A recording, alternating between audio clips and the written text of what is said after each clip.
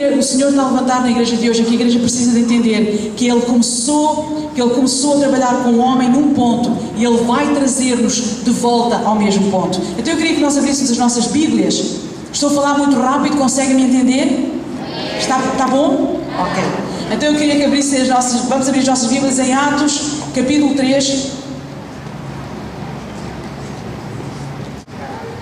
Vamos ler o versículo, creio que é 19 a 21.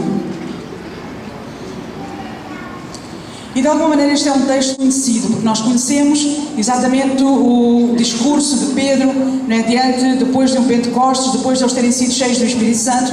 Então Pedro, levantando-se no meio da multidão, cheio de ousadia, não o Pedro que havia negado Jesus, mas o homem transformado pela presença do Espírito Santo, cheio de ousadia, ele levantou-se e disse: arrependei-vos, pois, e convertei-vos para serem cancelados os vossos pecados, a fim de que da presença do Senhor venham tempos de refrigério e que envie Ele o Cristo, que já vos foi designado, a Jesus, ao qual é necessário que o céu o receba até aos tempos da restauração de todas as coisas, de que Deus falou pela boca dos seus santos profetas desde a antiguidade.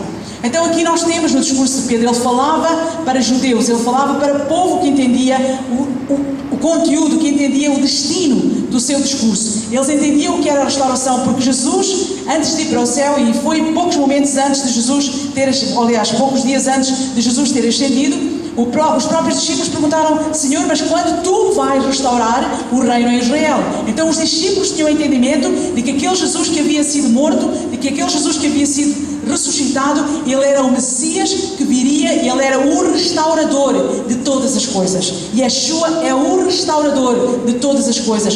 Tudo começou com ele, tudo foi feito por ele, por meio dele, para ele. Todas as coisas vão culminar exatamente na pessoa dele. Então o apóstolo Pedro, ele dizia para aquela multidão que sabia perfeitamente que a nação necessitava da restauração, ele dizia: arrependei-vos e convertei-vos para serem cancelados os vossos pecados, para que venha a presença do Senhor, venham tempos de refrigério e todas as coisas sejam restauradas, porque se todas as coisas não forem restauradas, o Messias não vai voltar. Os céus o contêm, os céus o retêm, os céus estão a impedir dele vir até que todas as coisas estejam restauradas. A igreja bem pode clamar: vem Senhor Jesus, nós bem podemos desejar, mas se nós não entendermos que nós estamos num processo de restaurar todas as coisas e de que o Senhor não vem até que estas coisas, esta restauração, ela seja efetiva e ela alcance o seu propósito, o Messias virá depois da restauração de todas as coisas. E graças a Deus nós somos hoje uma geração extremamente privilegiada, uma geração ricamente honrada, porque o Senhor, nos nossos dias nós podemos olhar e podemos ver que na verdade isto está sendo cumprido. Mas o apóstolo Pedro, ele diz aqui algo que é extremamente interessante: aos tempos da restauração de todas as coisas que Deus falou pela boca dos seus santos profetas desde a antiguidade. Então, a igreja, se nós queremos saber, se nós queremos estar informados qual é esta restauração, o que é que está a reter o Senhor de nos vir buscar, nós precisamos mergulhar na palavra dos profetas, nós precisamos de conhecer o contexto, o conteúdo, a mensagem, o propósito, a essência das palavras de Isaías, Jeremias, Ezequiel, Daniel, Joel, Amós, Oseias, Obadias, todos os profetas. Nós precisamos de perceber que Deus traçou um plano e que este plano tem a ver com a restauração. E o que acontece é que nós no Ocidente, porque nós temos uma mentalidade grega ou romana, nós no Ocidente, nós pensamos em linha reta.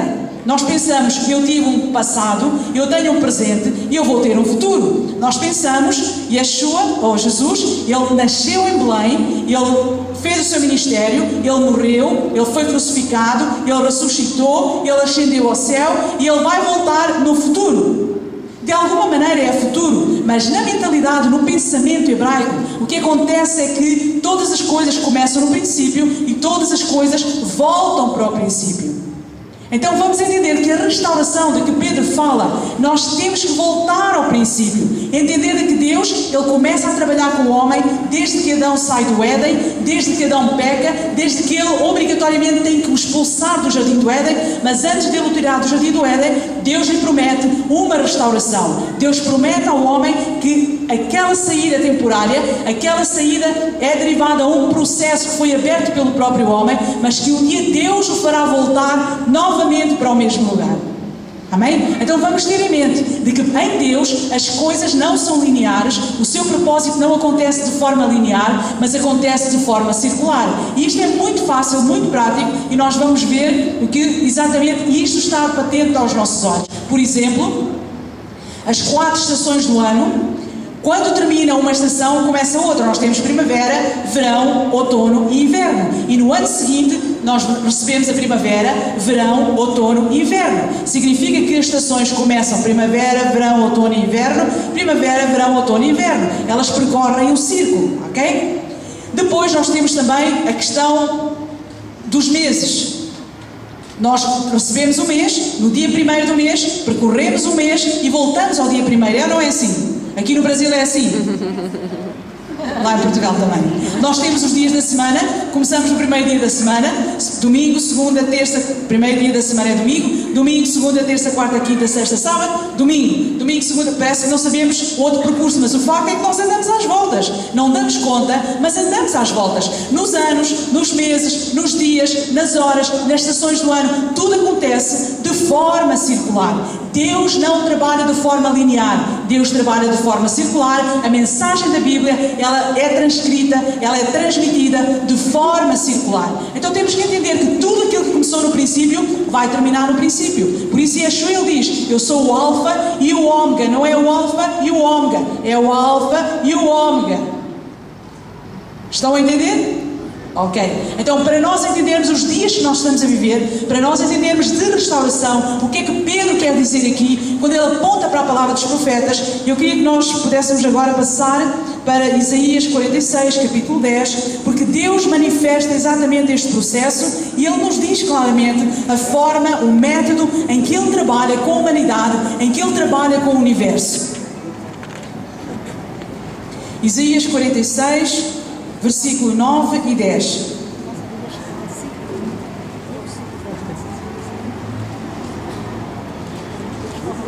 Lembrai-vos das coisas passadas da antiguidade, que eu sou Deus e não há outro. Eu sou Deus e não há outro semelhante a mim. Que desde o princípio anuncio o que há de acontecer e desde a antiguidade as coisas que ainda não sucederam, que digo, o meu conselho permanecerá de pé e farei toda a minha vontade. Então o próprio Senhor ele diz, eu sou Deus da antiguidade. Se vocês me querem conhecer, têm que voltar para trás. Se vocês querem perceber como é que eu funciono, é desde o princípio, voltando ao princípio. Desde o princípio, voltando ao princípio. Então nós vamos encontrar desta mesma forma, esta é a mesma estrutura que Deus nos dá para as festas bíblicas do Senhor. Que de ano em ano nós temos Páscoa, Pães, os primeiros frutos, Pentecostes, trombetas, expiação, tabernáculos e voltamos novamente a esse ciclo. Na festa Deus manifesta o seu ciclo. Também no conjunto de 7 anos do ano sabático, ainda agora falámos do ano jubileu, eu profetizo que o apóstolo Túlio ele vai voltar ao princípio. Amém. Ao primeiro amor, ao primeiro vigor. Amém? Porque no Senhor nós somos renovados e Deus nos permite voltar ao princípio. Não, em termos de idade, nós cumprimos também o ciclo. Nós nascemos, somos crianças, somos jovens, nos tornamos maduros, nos tornamos adultos, mas depois iremos ser velhos. Mas o Senhor tem prometido fazer-nos rejuvenescer e voltar a um determinado princípio, a um determinado propósito. Então Deus fala-nos em ciclos e as Escrituras, a palavra de Deus, tanto o Primeiro Testamento, porque não existe velho nem novo. Foram os papas no catolicismo que lhe deram essa designação. Deus nunca chamou velho à sua palavra, nem nunca disse que o velho acabava com o novo e que o novo é que era para vigorar, mas nós temos uma palavra única que começa em Gênesis e termina em Apocalipse. Amém? Amém. Temos uma palavra, porque se nós vamos deitar a palavra fora, o que é que nos sobra? Sobra aquilo que nos convém. E o Senhor diz, nós não podemos tirar nem um J, nem um til, não podemos omitir, não podemos acrescentar, e nós precisamos de uma palavra completa. E ela começar em Gênesis e terminar em Apocalipse, ela já em si percorre um ciclo, porque o Apocalipse grande parte do Apocalipse é a repetição daquilo que vem em Gênesis, daquilo que vem nos primeiros 5 livros da Bíblia, e nós precisamos de perceber como Deus funciona com todas estas coisas. Amém? A Igreja do Senhor ela é muito abençoada e hoje o Senhor está nos fazendo voltar para trás, voltar às nossas raízes. E vocês vão